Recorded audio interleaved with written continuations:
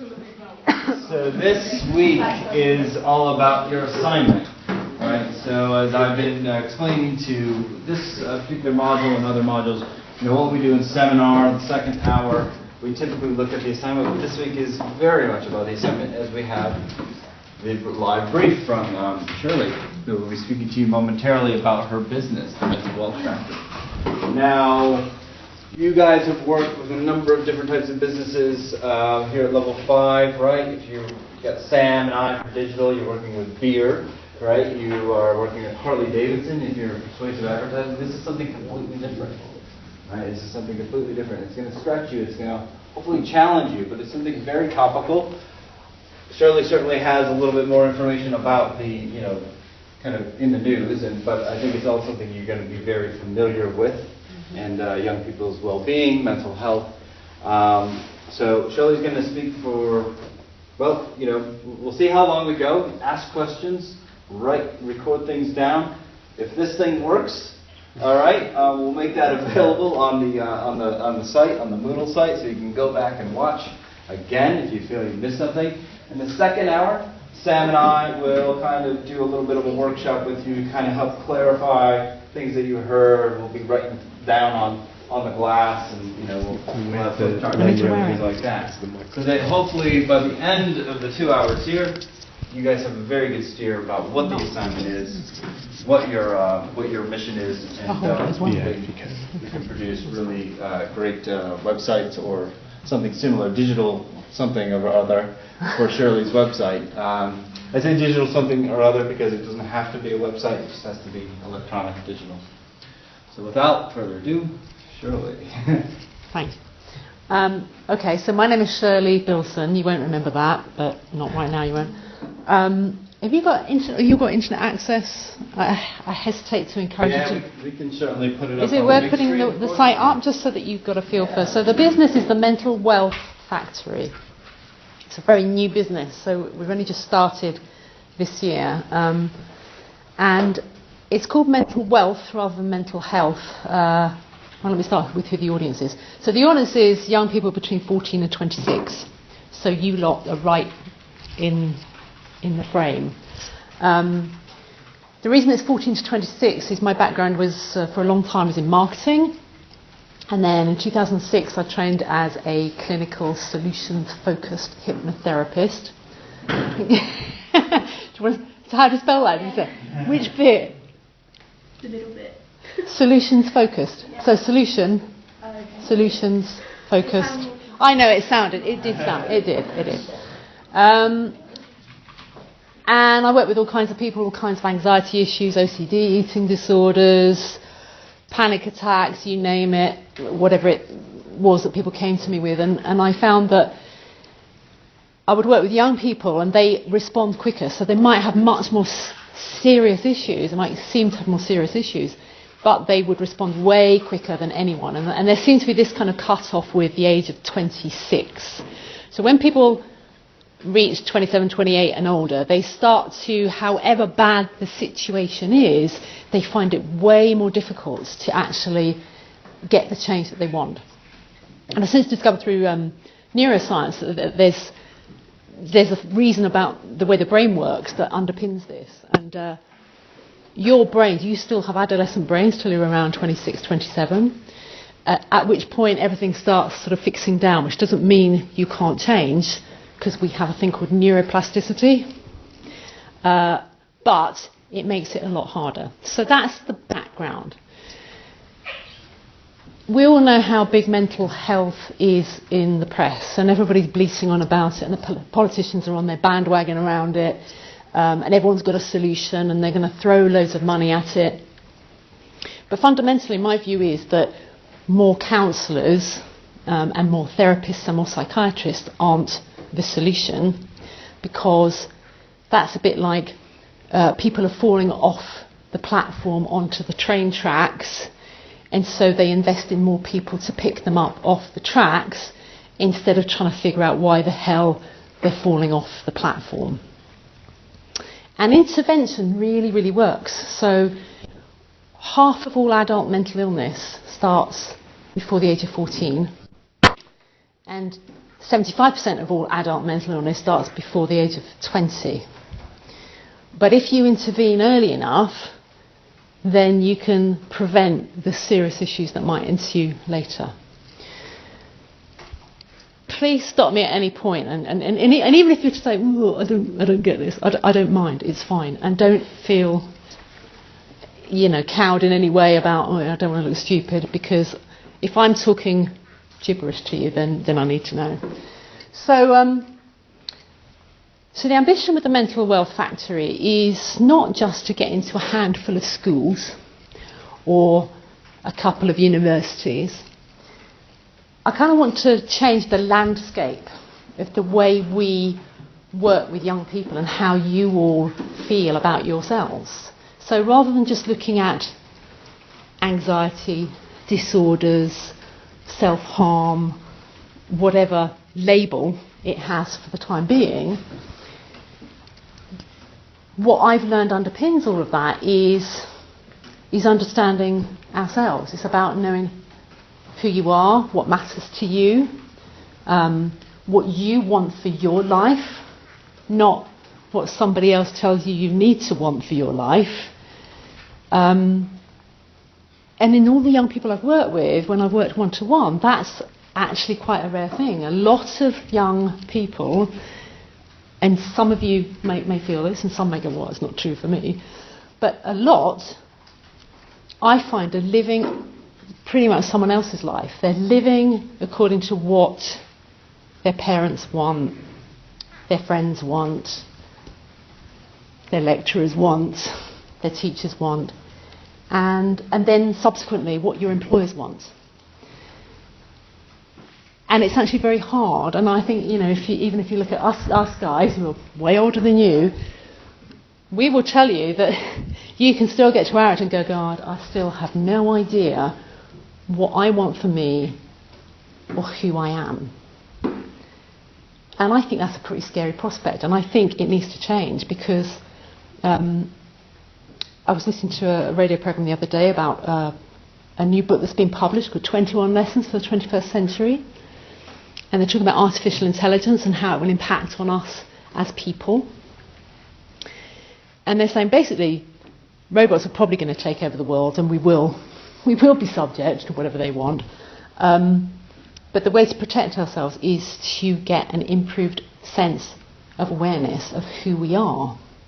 And this makes perfect sense in a marketing environment, because to be a good marketer, you need to understand your target market, your audience, better than they understand themselves. To be able to really effectively get them to do what you want, which is buy your product or your service, you need to know what makes them tick better than they know what makes them tick. So I'm about helping people understand what makes them tick so that someone else can't manipulate you. That you know what you're about. No one else can make you be or do anything other than what you want. And if you don't know what that is, that's pretty hard to do. Is this making sense? So how I've approached this is going into schools and universities, working directly through the schools and through the universities, because it's going to be quicker that way. If I try to just work through parents and society in general, then you're always working on a one-to-one. It's slow. You're not going to get the traction. You could run a media site, but it wouldn't necessarily reach the people you want to reach, and create the change that needs to be created. So working through schools means, we all have to go to school. We don't have a choice in it. So it's working at two levels. It's working with the teaching and support staff on. Are you all familiar with CPD? So do you know what that means? No. Continuing professional development. So when you're out working, you'll discover this thing called CPD, which is basically a way of saying, look, I'm still learning. And teachers and support staff do this, but it often gets bogged down by legislation, admin. It's not terribly exciting for them. So we believe that if you want to change something for young people between 14 and 26, you can't just, everything is directed at you. Like, you have to change. At the moment, it's like you have to be better at handing in your essays. You have to be better at studying. You have to get better grades. You have to be better at whatever it is. And yet, you're living in an environment where there's pressure rained down from above onto teaching staff, support staff, that they then push out onto you. Now, university is way easier, but basically you're subjected to all kinds of pressures that kind of get filtered down. So the staff at the universities and the schools are under pressure to deliver. They've got to deliver grades, outcomes. They've got to perform according to people like Ofsted. And you are the route to that performance. So the pressure gets pushed down onto you. So what happens is you've got teaching staff who are stressed. They're under pressure, they're stressed. There are things called mirror neurons, which means that we pick up on stuff from one another. Now you imagine that in a school. You've got, 1,000 people in a school and, say, 80 staff. And every time that member of staff who's under pressure walks into a room, and you've got all the students in there who have come from home, and God knows what's been happening at home. There's pressure potentially from parents that work long hours, or arguments with siblings, or arguments with friends. And so you might come into that room with your own pressure, and then the combination of the two actually impacts or makes it worse. And that's without anything externally having happened. So we're in this kind of there's a powder keg that's dangerous. It's explosive. So again, what people say is, well, let's counsel them. Let's put in more counsellors. Again, we've got the people on the tracks. So my idea is to work with the whole school. So you work with the staff, so you get them to understand the way their brain works, looking at the neuroscience of it. And I'm making it sound all very dull and academic, when actually, when I'm working with this, it's made to be fun, but it's made to work in a way that makes sense. There's lots of metaphor about the way the brain works, about how we handle stress as human beings, not, what's different between your life and your life, for example. Because fundamentally, we all have the same brains. They all manage stress and anxiety in the same way, and it's understanding how that works. And when you do that, you're better able to manage it. You're better able to understand. Because if you're stressed, we've all been stressed, okay? Is there anyone here who's never been stressed? No. When we're stressed, we can't think straight. We can't think clearly. We can't make good decisions. So that impacts on you and impacts on the teachers. So if you get the teachers to think clearly, to be less stressed, then they're going to make better decisions and pick up on stuff in the schools, in the universities, and notice which of the students might be feeling tense, overwhelmed, struggling, isolated, whatever that is.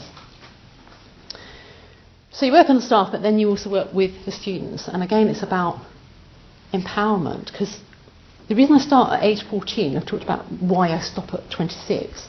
Starting at age 14 is because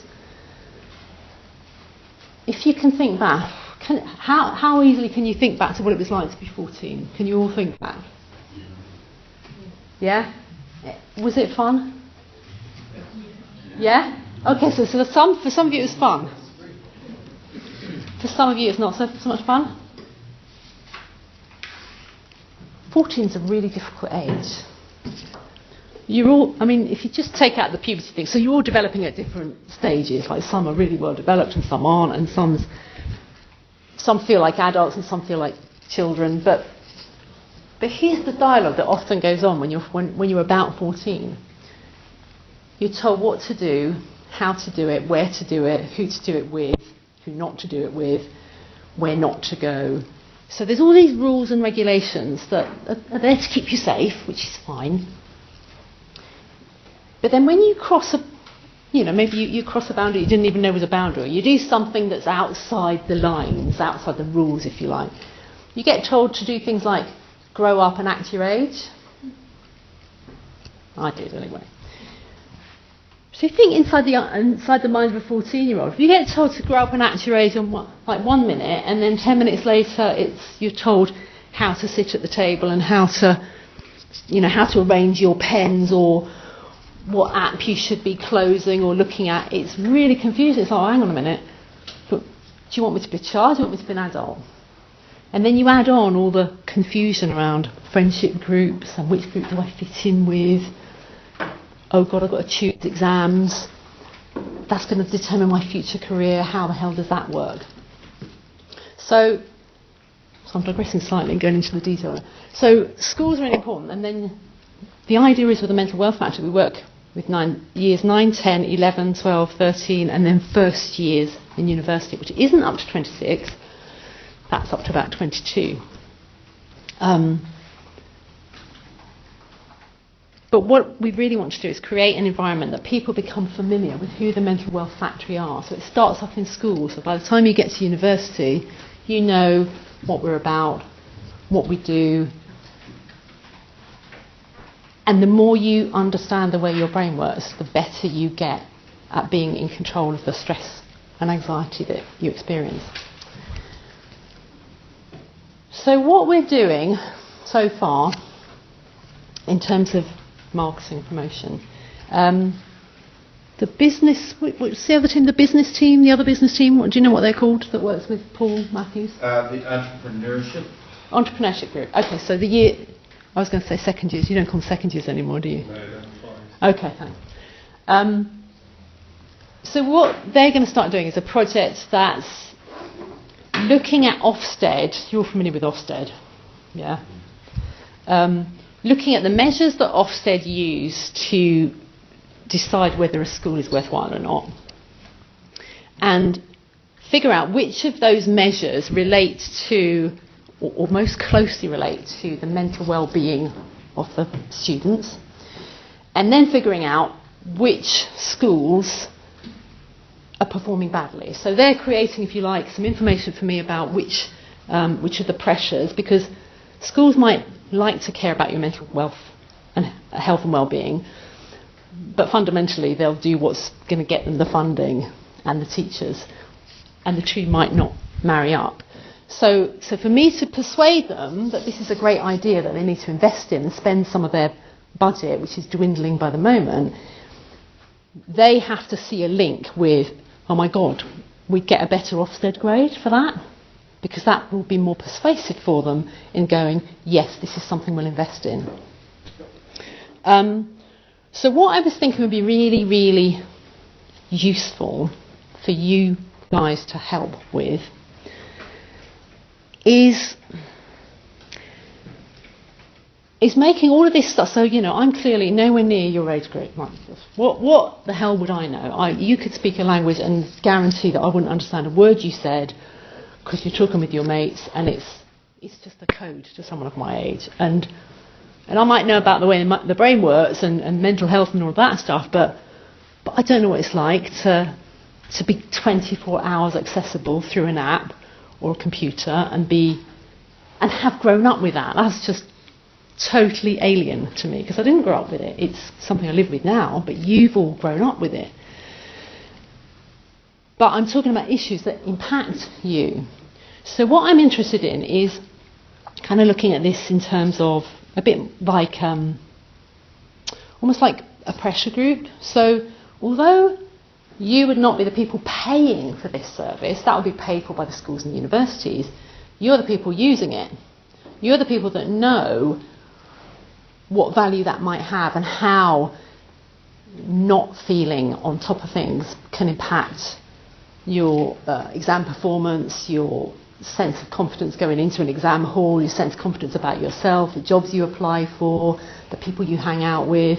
You have direct personal feelings about that. And it might be about you, it might be about your friends, it might be about your family, but the point is you get it. And if it's something that you care about, I mean, this really is important. This does have to be something you have some passion for. What I think would be really valuable is to have a story that's told in whatever medium you think is appropriate, that gets the message out there from people of your age who are the consumers of what it is we do. I think I need to pause because how are you feeling about questions? Are you feeling a bit intimidated? Are you feeling bored? Are you feeling whatever? Because I think it would be useful to just have some questions so that I can then give you better clarity. Any questions? This is for you guys. I could get started. Yeah. All right. So just from a perhaps talk to us about sort of the current journey, yeah, if you will, for the customer, yeah, whatever that is, and perhaps the ideal customer journey. Should we write that down? Yeah, that'd be good. Thanks, man. So if the customer is the school, oh, sorry, do you want to? No, I just have markers over here. I'll put that in here. Keep going. Great. So you mean from the point of finding out who we are and how they find out who we are through to consuming? Yeah, really, from as early as point as possible, right? Not maybe even before you've all heard of the inquiry phase, right? So I have a need, right? Even before the need, right? Okay. That's squeaky, sorry.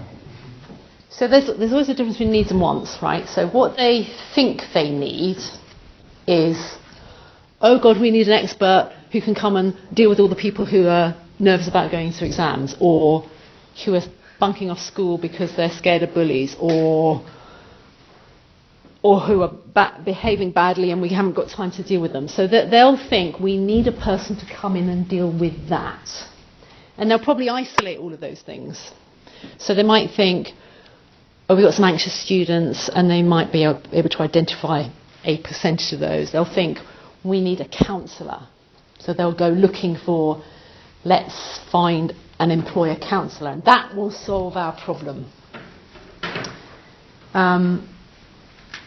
But it doesn't. So again, you're talking about the customer journey, yeah, and then the ideal customer yeah. journey. So so that's what they'll look for, and they don't perceive they have the need until they're really faced with people that are clearly not coping. Like I just spoke to an assistant vice principal about an hour ago, saying that 10% of their year 11 last year, because they changed the way the exams are now being graded, so they have to go into the exam hall, there's no coursework anymore. 10% had high anxiety to the extent that they struggled to walk into the exam room and sit down and take the exam. Well, they've got 150 in a year group, so that's 15 students. So they see that as a problem. And they recognise, oh, we're putting them under pressure, we want them to perform, got to get the grades. So they see that as a problem. It's, oh my goodness, if they don't walk in the exam hall and do the exams, and they're high-performing students, and that's often the case. A lot of people who develop issues around anxiety are high-performing students. So if you link that to what they perceive, why that becomes a problem with them, they care about you, clearly. But really what drives them is that, oh my God, if we don't get those performing students in this exam hall, sitting down, being able to perform and get that grade, that will affect our performance rating. That means we won't get 95% A star, whatever it is, or they've changed the grading on that now as well, haven't they? And that impacts on not just their Ofsted ratings, but maybe their parents' choice about where their children go to school. And that's really important to them because they want to have a nice school, everyone nicely behaved, nobody wants trouble. So that's where their thinking is oh my goodness, we'll get a counsellor then. That will solve the problem.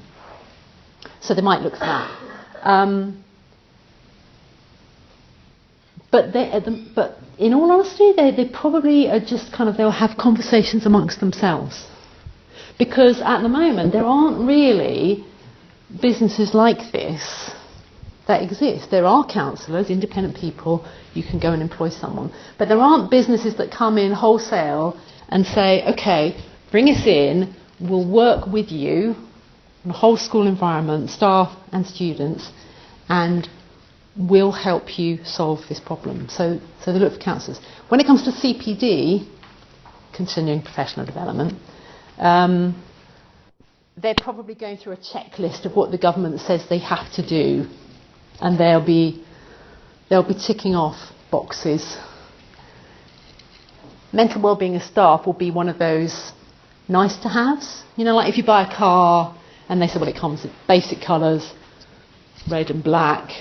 If you want the silver stripes down the side and you want wing mirrors at a different colour, that's extra. So they see mental well-being for themselves as the colours on the wing mirrors. It's like, yeah, that'd be nice, but we don't get measured on that.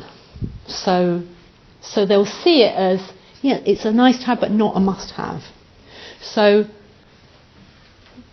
part of what needs to happen is they need to be educated to understand the impact. So if they sit down and think about it logically, they're bright enough, they get the impact, but they don't on a day-to-day basis respond to their understanding the impact of young people not feeling like they can perform, like they can come into school and go, yeah, I'm really glad to be here, and isn't it fantastic that I'm studying whatever I'm studying, and oh, I love all my teachers. The impact of that is that, yes, they don't get the grades, but more than that, they don't get the grades. You guys leave school, you don't study the things you want to study, you drop out, you get ill. Your entire lives can be transformed by not having a good understanding of who you are and what you want through this. So they see it as just about, let's tick some boxes, what does the government want us to do? Oh God, mental health is now an issue, what do we do about that? And they're clueless, they just don't know. So that's the start of their custom journey. It's like, oh God, do we need to tick a box? We don't know where to go. So what happens is they go to conferences. They send the vice principals and the principals off to conferences, and there are loads of them. So they think, what we'll do is we'll send someone off to this conference to learn all about this stuff, and they'll come back and they'll tell us what the answers are. So they'll come up with a load of notes and some leaflets, and they'll be expected to brief the rest of the staff, and then that'll be done. That'll be it. So what I'm doing in terms of changing that is showing up at these events, showing up at these conferences. So last week I was just exhibiting, and what was really encouraging was that we didn't have to persuade people to come over. We did actually get lots of people coming up and saying, tell me, what is this? We know we need something, but we don't know what we need, and we're really scared because we don't know how to deal with someone who's demonstrating any kind of symptoms of anxiety. We don't know what to do. So I feel like I'm pushing an open door. When they see it and you can tell them about it, they go, oh, that sounds great. What they still don't quite get is how that fits into the Ofsted thing and the performance metrics. So there's education to be done. So I'm going to other conferences, and I'm on a speaking platform. So I will be taking part in that education of helping them understand that it's bigger than just a few people who won't go into an exam room, and that it really does matter. But at the moment, that's all doable. So I can manage that. You want to stick with customer journey, don't you? So once I've got engaged with them, and actually that's not proving hard, the journey then is ideally that we look at the whole school. So come in, work with staff separately, but first, so they understand what we're going to do with the students, and basically take them all through the same journey.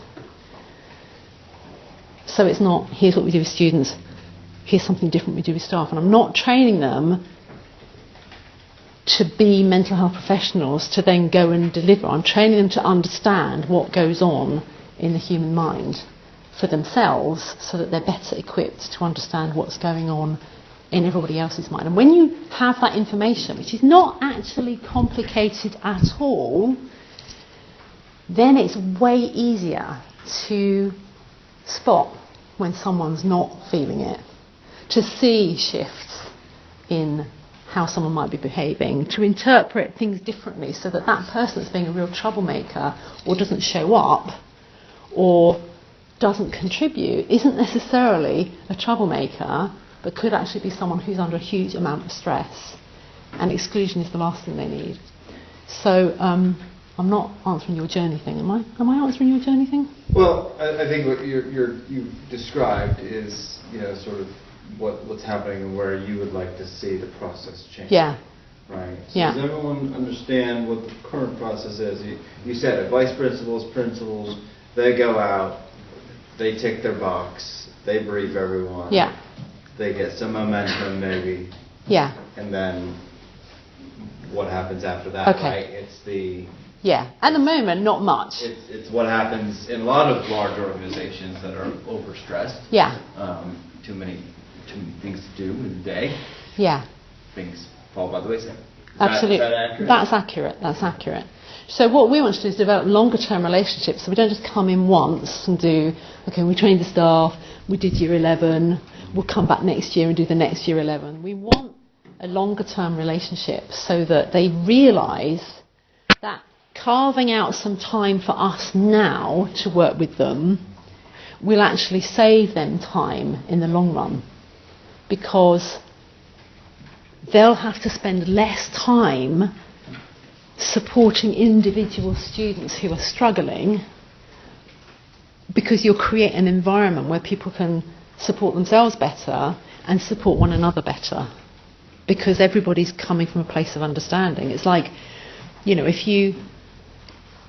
you were all sent off now to go and study in Spain, right, to begin with, you wouldn't have a clue, would you? Oh my God, I don't speak Spanish, but you'd have to learn. But once you learned it, you'd start off with a few, and then everybody would be learning it, and you'd be helping one another, and eventually you'd all speak the same language, and it would be fine.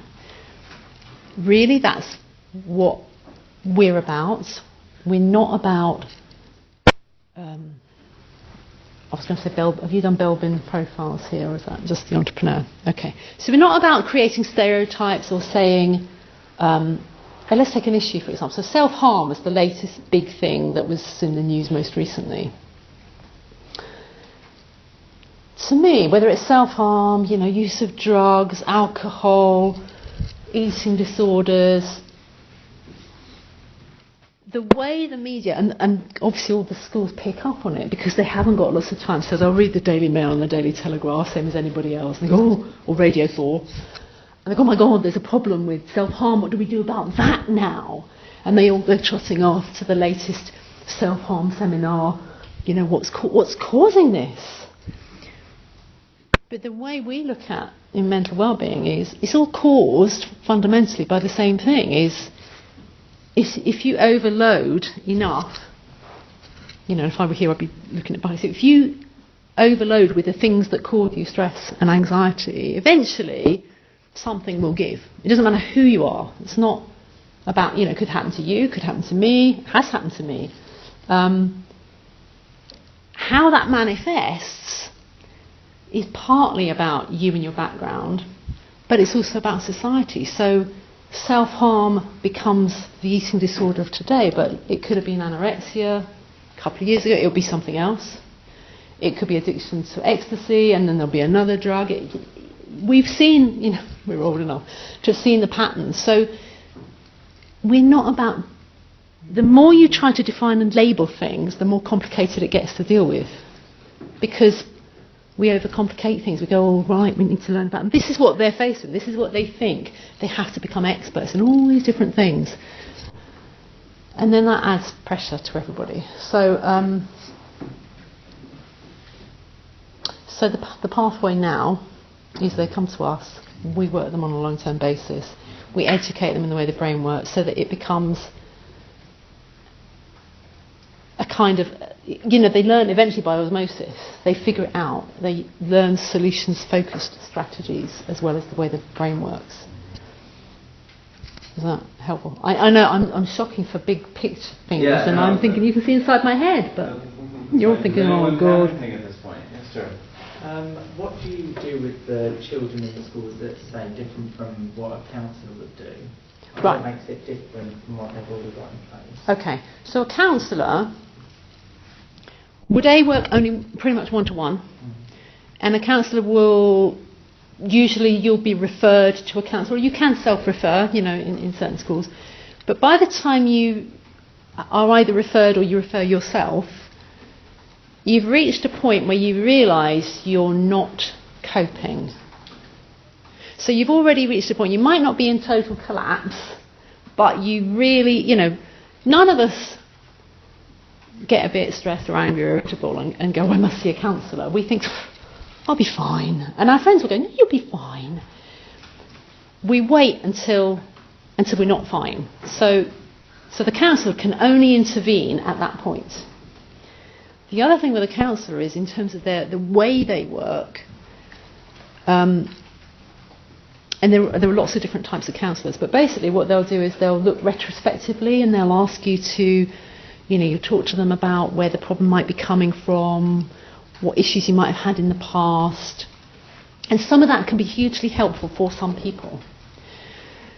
But it's very personalised, it's very time consuming, and for some people it doesn't actually work effectively at all, because what solutions focused work is about just dealing with the problem right here and right now. It's like, no, never mind what happened in the past, what do you need in your life right now? And it's encouraging a different way of thinking about the present, not raking over the past.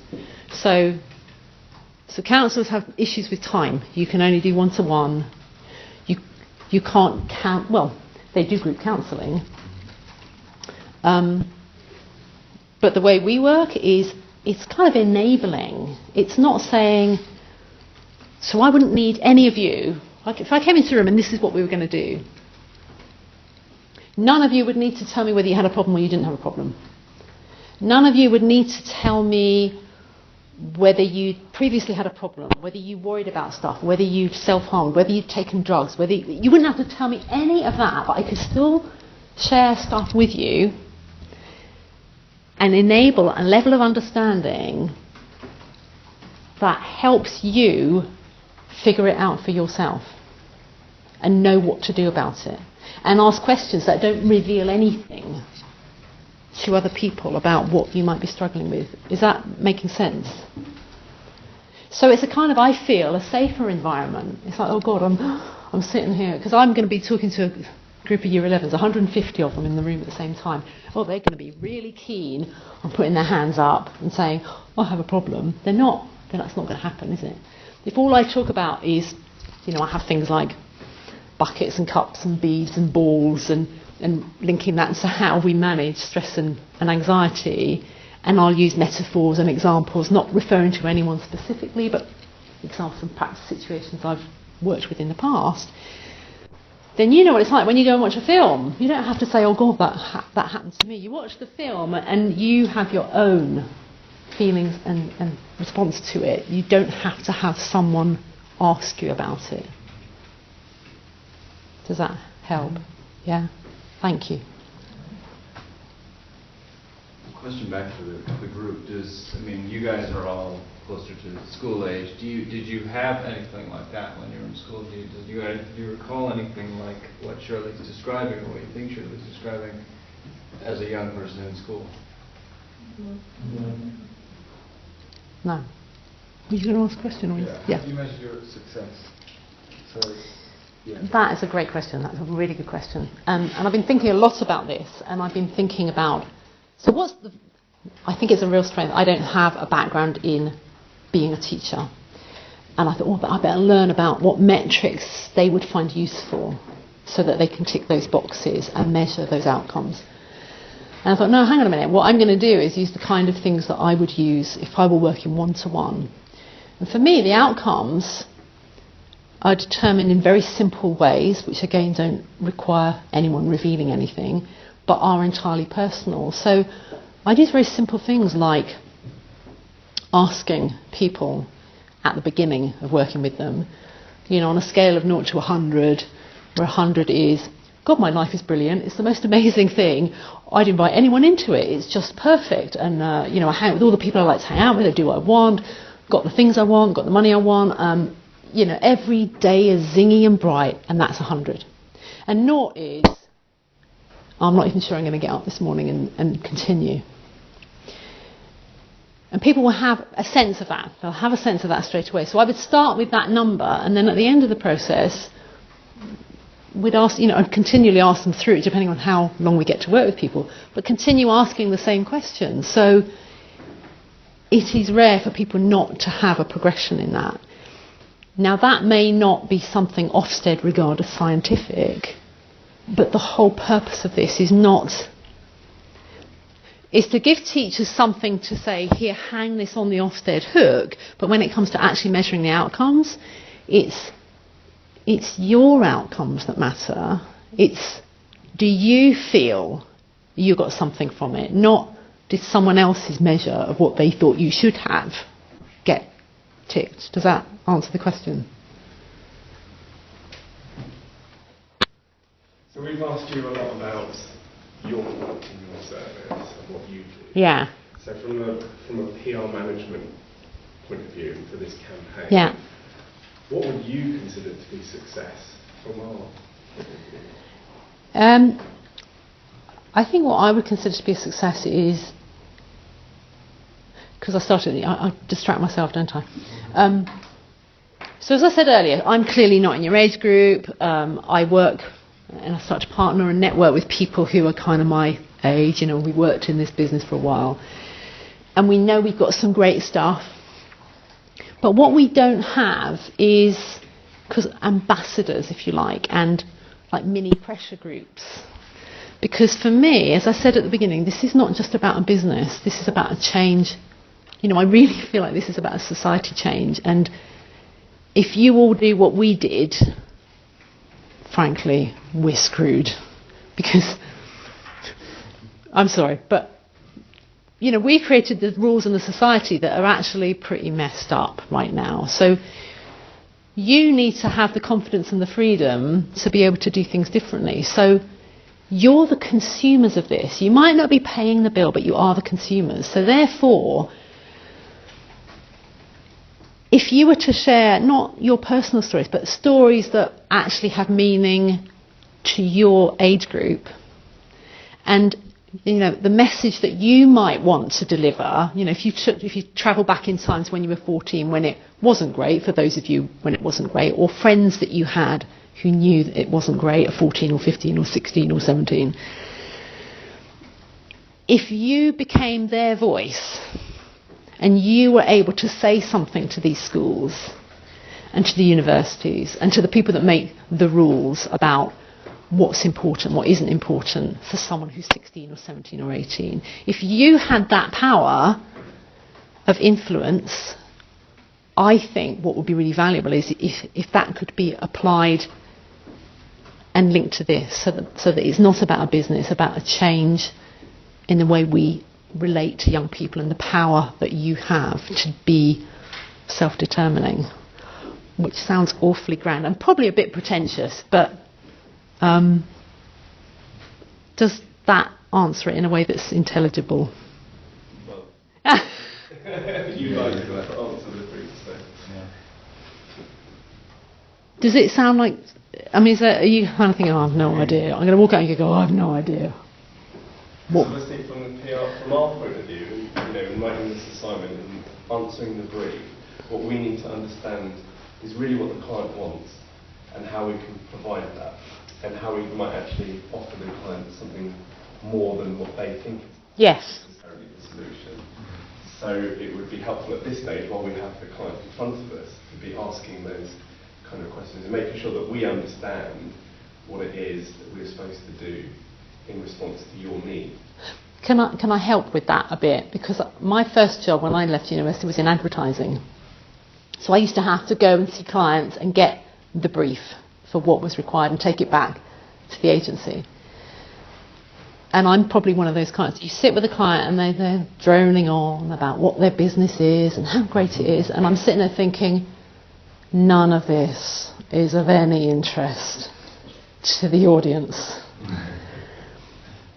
And so my job would be to ask the questions, the idiot questions for the idiot client, to get the clarity that you need to create something clever despite them. Is that? I mean, I'm serious, that's what it used to be. I was like, oh God. So please, treat me as an idiot, ask me the idiot questions. No, I thought you were, go on, you were about to do it. Like, obviously we've got to create like a press release. So it's like, what do you want us to like say in it? What are we trying to sell? Like, who's your main consumer? Right. Because obviously you said the children are, but they might not necessarily see a press release. So how do we voice it in a way that's going to help kids but like entice the university, like the board? Okay. So first of all, I'm not sure it has to be a press release. It could be anything. Is that right? If you do a campaign, part of it. Is part of it, but I mean, we could potentially look at that. We could look at that. Mm-hmm. Yeah. So. The press release. It's a press release in another form of communication. Press release, a letter. Yeah, something, some copy that has to be on the assignment that would be from Shirley to the target audience, to the stakeholder. Yeah. I think it's a great question and it's a challenging one to answer. So it's about thinking, okay, so you blathered on about, this is how schools work and they're interested in Ofsted and all that stuff. So it's about thinking, how could you answer those very dull questions and tick boxes and bring a flavour of what matters to young people that can influence that. So if you look at, I can't think of a single example, but okay, a key influencer in this space is way older than you. Are you familiar with someone called Natasha Devon? No. Okay. So she's the grand old age of some 30-something. She's very loud and very vocal, very political. In fact, it might be useful to look her up. So she is talking to policymakers, really, that's her audience, she's talking to policymakers about these issues. So I think from a press release point of view, it's about what I don't want is a kind of corporate nice thing. I mean, I've done press releases. I've worked as a communications manager for charities, for the NHS. You can do the tone down. Yeah, it will get in the press. It will get some column inches. Really, is it going to change anything? I'm looking for something more dramatic, more in your face, more. I was going to use the word polemical. I haven't used that since God knows when.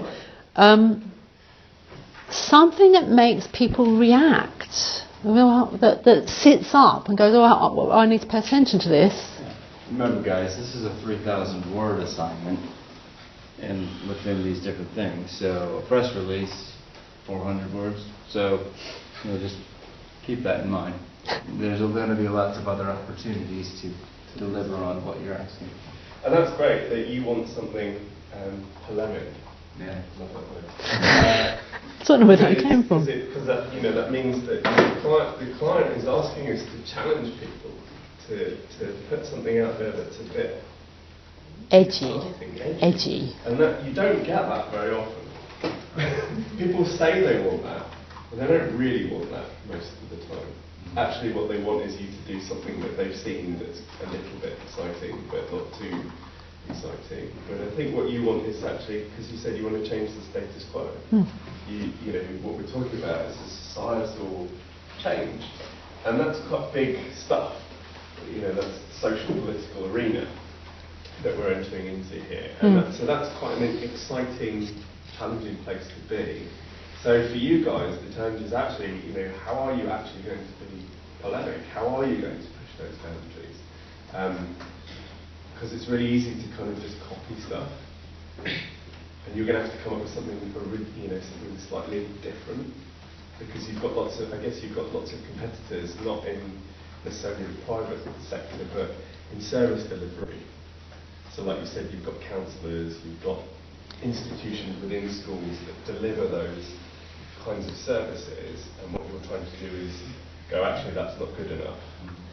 Yeah, and in terms of competitors as well, so that indirectly, people like the NHS, the competition, because the NHS will come up with a health-based solution. It's a bit like if you go to see a surgeon, the answer will always be chop something off or take something out, even if that isn't the answer. But the NHS will always be, all right, you need more counsellors, you need more psychiatrists, you need more drugs.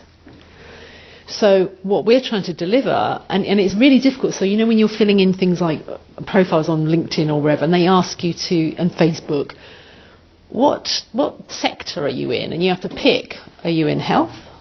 Or are you in education? I'm thinking, well, we're kind of in both. So what we're trying to deliver is not saying, okay, I would like to be contentious about the NHS, and it's a bit of a dangerous area. So I've worked within the NHS. They're very self-protective, and they're a sacred cow. Knocking the NHS is a little bit suicidal.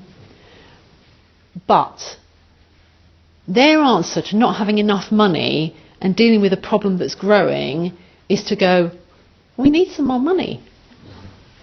It's not really the answer. The answer is better to say, let's help people understand what's going on in their own flipping heads, enable them to take decisions that actually might improve their lives without someone else having to intervene. And some of them will still get sick, but way fewer of them. And then those that do get sick, great, you can throw your limited resources at them and prescribe to the hilt and cut things off and counsel them or whatever. But give us a break first. So, yeah, edgy is good. And when you talk about edgy, is there any kind of thing that you would say is taboo though? So anything you would not want to be, because obviously if you say edgy, we could go into all kinds of spaces. Yes, okay. Is there anything you definitely... So I want to be edgy, but I don't... Okay, so this is tricky. I don't want to alienate the people that I need to bring on side, and I think they can come on side. They're just, what you don't know. And I think that the education sector, the teachers, the governors, I think when they get it, they'll be completely on side. But if I piss them off now, they won't. They'll go, whoa, we're not doing that, because that's going to cause us problems. And the last thing they want is another problem. What they want is to feel like, here's someone who's going to take a problem away from me. Oh, thank God, I don't have to learn another thing to add on top of my workload. I don't have to be responsible for something I don't feel qualified to be responsible for, like someone's mental health. So yes, I'd like to be edgy, but I don't want to alienate the very people that will buy into this. I think that's important for you guys to take forward when you're looking at your different stakeholders and understanding what makes them tick, what their needs are, what their wants are, and so that you can craft something that's appropriate but still meets the needs of polemic issues. Yeah. Yeah. So you might have to do some reading up on that. I mean, you can be polemic. It doesn't have to be from the negative standpoint. So, when I asked the question about, do you remember what it was like when you were 14? And some of you said, yeah, it was great. You could look at it from the perspective of, here's why my life was great when I was 14. And then bring in all the things that would be cool to have and in an ideal environment and society would exist everywhere. But by drawing attention to those in the positive, you're suggesting that that actually is not the norm.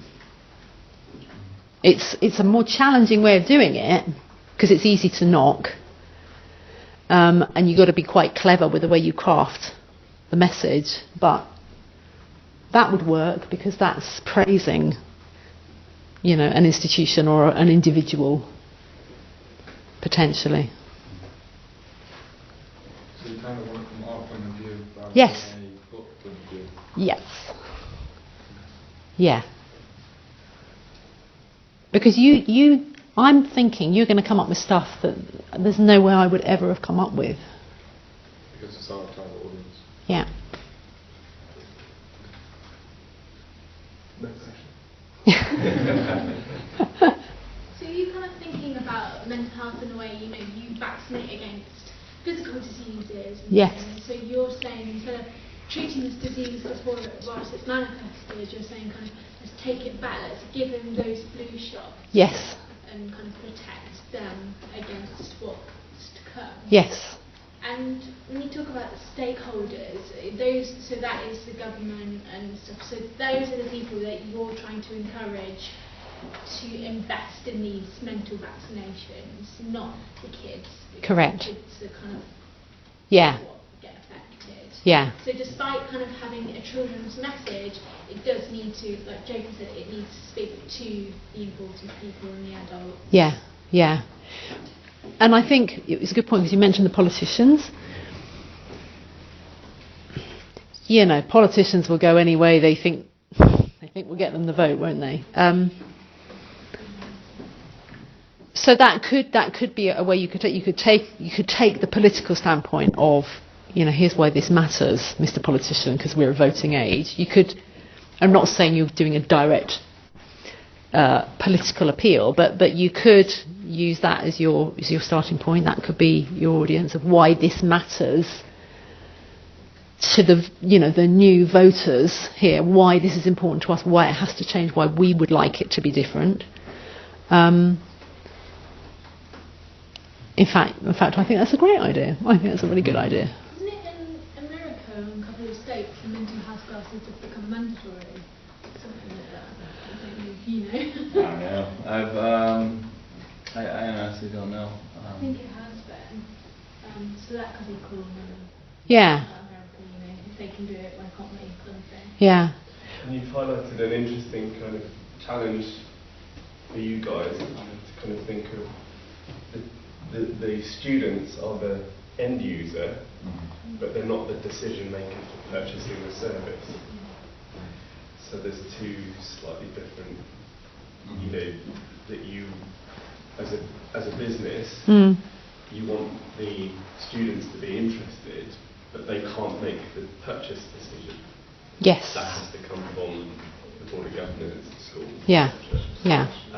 So that's quite an interesting challenge, trying to fit those audiences. But using your voices, from what I've heard, you know, that groundswell that you're hoping to kind of create, if I can use that word, should resonate really well with those decision makers because they're hearing it now from their customers. Yeah, what's the word?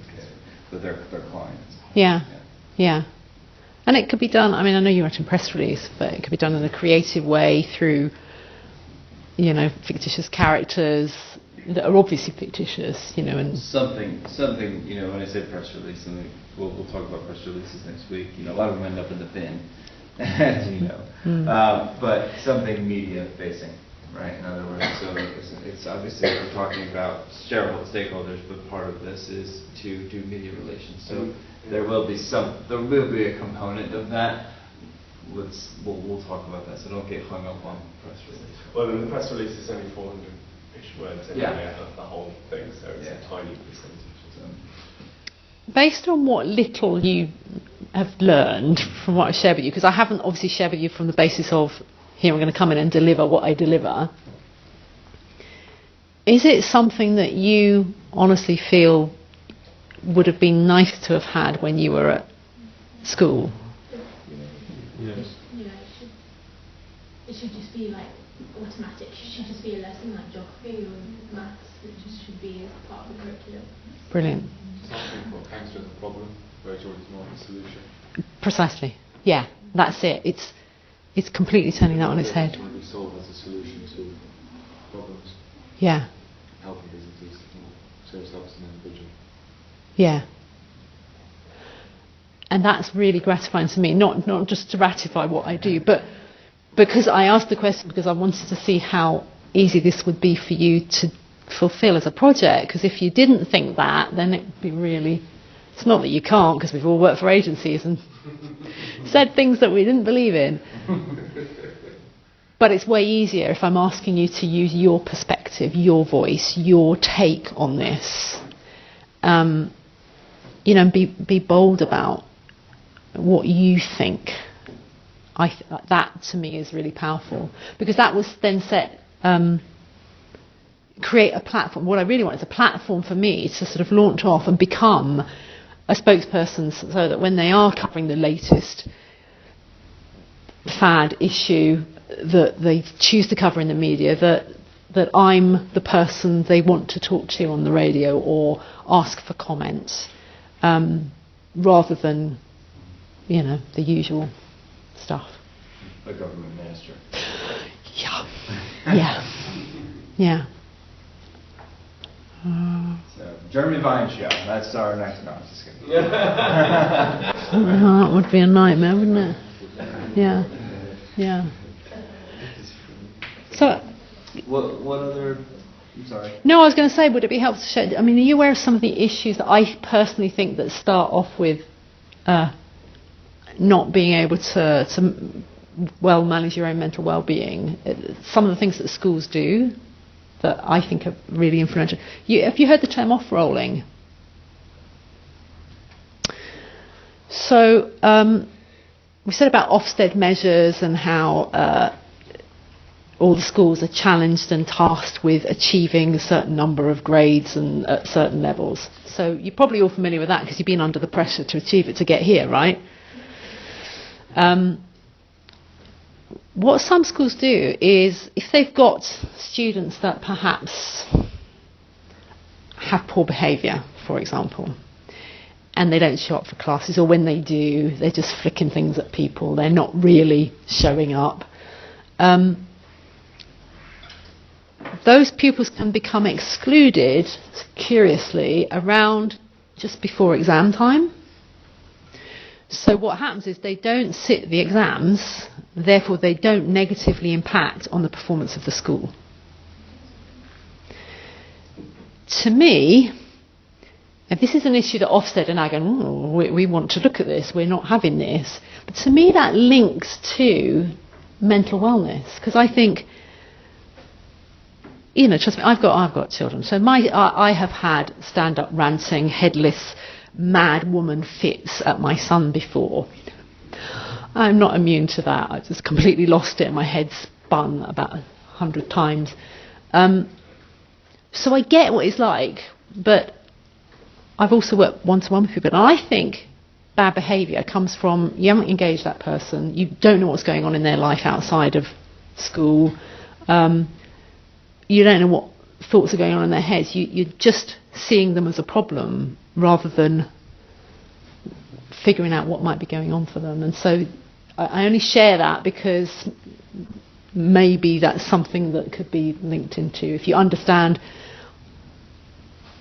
the impact that has. So when I talk about exam passes, if you just prepare to let someone go so they don't affect your school's reputation, that's really bad practice in my view. You're letting people down. So they take, this is a new term for me, they take those students and they just they say you're not going to sit the exam, you're going to do something different. No, they don't say you're not going to sit the exam. They become exclusions. So they exclude people from school a lot. They took mine on day trips. If you're a naughty student, really? When they had that officer, they took mine on day trips. Right. No, I didn't go. No, they'll actually exclude them. So that miraculously they'll have students on the school roll up to, say, before the exam starts, say the end of April, and then mysteriously they have these students not on the school roll by the time the exams come round. I see. So they're not even counted, even though they do take. Correct. So they're not part of it. No. Total. No. I had to do their exam at home as well. You did? No, my cousin did. Really? Yeah, he does excluded, but then still got to take his exams at the same school, but learn from home. Okay. That's the way his brother. Yeah. Yeah. There's a lot of... Oh, don't get me started. But I was just sitting... What was I doing? What was I doing before I came in here? I don't know. I was looking at... Oh, I was listening to a seminar on safeguarding online, because you're all at risk online. And I read this stuff and I thought, oh my God, this is just typifying what your generation are exposed to. It's not that we enable you to think better for yourselves. It's that we just keep coming up with another rule. It's like, oh God, we didn't spot that, or we better come up with another rule, another thing because otherwise you'll be in danger, otherwise you'll be at risk. And I don't want to diminish, I'm being a little bit frivolous and flippant, but just creating more rules about which apps are dangerous and what you should be doing and how long you should be doing it for, and it's only going to get worse. So I think you are the generation that are under most rules. Yeah, I've never known a generation. People talk about social media is the problem. Social media is not the problem. The rules that people keep creating about what you're allowed to do and when you can do it and how you can do it, and those are the problem, because that seems to be the solution to everything. Is, oh my God, we better create another rule. And you look confused. Oh, no, Yeah. I'm wondering, you're a libertarian when it comes to this? Well, I've always been a bit of a maverick. Yeah. So, yeah, I got... Okay, quick story, because I know we've all got homes to go to and it's Friday, and I'm really grateful that you showed up on a Friday afternoon, because you're university students. For goodness sake, there's a bar must be open somewhere. So when my son was 8, we lived in a little village, and the school was, 200 yards, 300 yards away on the other side of the road, but a really quiet village.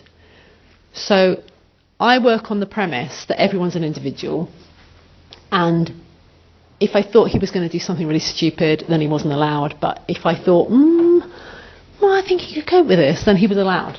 It was nothing to do with, when you reach the age of, or when you reach the height of, or whatever. So I let him walk to school. And then I discovered that the parents who lived near us complained to the head teacher about me for letting my son walk to school. And I'm not... Yes, you're right, I am. I think, for God's sake, we have to be individuals. What is the point of just being a clone? If you don't empower people, then they're scared. They don't trust their own decisions. And how the hell can you ever happily hold down a job or a relationship or a business if you don't trust your own decisions? Sorry. Talk about that. Sam and I were talking about the other day how in Japan they let their children. They say, take the subway, go to school. Right? Can you imagine? Yeah. No one takes their kids to school. They all go. You get on the subway and they go to school. Yeah. Can I have a pragmatic question? When you're talking about the offer, so school wants to engage you. Yeah. And they contact you, they get in touch through your website, they phone you up. What is sort of that next thing that you do with them to kind of, get to the point of transaction? Okay. Ideally, I'd do it on the phone, but if I need to go and meet with them, I'll meet with them. Fundamentally, they will get the same thing kind of adapted, whatever they want, because it's solutions focused. It's about enabling them to figure out what's going on. But the next step will be understanding what it is that they think is their problem. So if they think their problem is we've got too many students not achieving the grades that we think they should be achieving, I'll go, okay, let's look at how we could work with that specific group in relation to improving their resilience so that they can perform better. Because really it's fundamentally about improving someone's clarity, so they can concentrate better and trust themselves, really. So so I'd ask them what their outcomes were. If they had no idea, it was like, oh, and I had that conversation earlier today. Well, I don't know. What do you suggest in that case? Well, they'll get the CPD workshop for the staff. They'll get delivered through PSHE, a program that's run on this basis, solutions focus, and I'll just get them to schedule it in. And there's no wood, but so far, I've worked in a lot of different sales environments in the past, and it's not been that difficult. Actually, when I can get them into conversation, and that's the hardest thing, is getting them on the phone because they're all running around doing classes. It really is pushing an open door. They know they need something, but they don't know what. And so when you pop up with, oh, I can help you with this problem, actually they're very grateful, and I could say, I could probably say anything actually. Don't worry, just leave it with me. But yeah, be delivered in that sense. And if they say, which they did, well, can you do the whole of year 11, 150? That's not my ideal way of working. But I would do that initially to buy in the trust, for them to go, oh, some of that made sense, or not. And if it doesn't, then it will make sense, but they might just not like the sense it makes. The questions. Shirley, I imagine there might be some questions that come up. Mm-hmm. What would be best for you if you want me to? Do you mind if the students email you, or do you want me to maybe collate them and send them all to you a bunch so you're not getting one-off emails here and there? No, I don't mind one-off emails, although I have to say I'm not a lover of emails, so but there's no good way around it. So if you do email me and I don't respond straight, give me 24 hours-ish. I don't. Yeah, we get 48. I put my phone on silent and I turn off things, so I won't be driven by my phone. But I recognise you can't all be ringing, and that's probably not allowed to do that anyway. Sorry. People ringing or texting. Oh. I don't mind, because I put my phone on silent and you're not going to ever wake me up. So if you would prefer to just, I'm a real instant person. I want someone on the phone, I want to talk to them. I don't want to do it, and I'll send you an email. So I'd prefer you to use the medium that feels easier for you. So if that's ringing me up or sending me a text saying, oh, hi, I'm on the blah, blah, blah, can you tell me? That's okay. I'm happy to do that. Because if I get into conversation with you in a way, if that's your preferred method, that kind of works for me, because that means I can better understand. I'm always learning and always reconnecting, and I want to understand how you feel and what works for you. So I'm happy with that. And the number's on the website somewhere, or I can give it to you. Okay. Bar open? Bar is open, but we still have class. Oh, okay. Oh, Sorry, everyone. Thank you very much for coming in, Shirley. No, thank you. All right. Giving us a brief. Welcome to stick around. What we might do, guys, is maybe take a real quick